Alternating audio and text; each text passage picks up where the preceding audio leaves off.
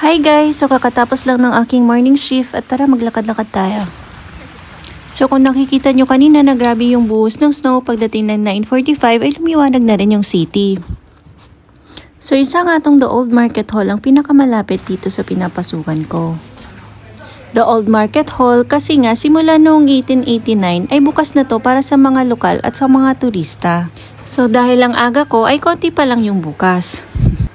Nakapasok na rin ako dito before pero hindi ko talaga siya naisa-isa at ngayon ko lang nga napansin itong Alko shop. Ito na yating pinakamaliit na Alko na nakita ko dito sa Helsinki. So yung mga ibang cafe ay meron na rin na nakalagay na mga pang breakfast. May mga gift shops din na nagtitinda ng mga soap, candles at saka Moomin products. Usually pala during winter may mga cafes at saka restaurants dito na 10 AM pa nagbubukas. Kaya kung andito ka na sa Helsinki before 10 AM at naghahanap ka ng mga pang breakfast ay pwede dito sa The Old Market Hall.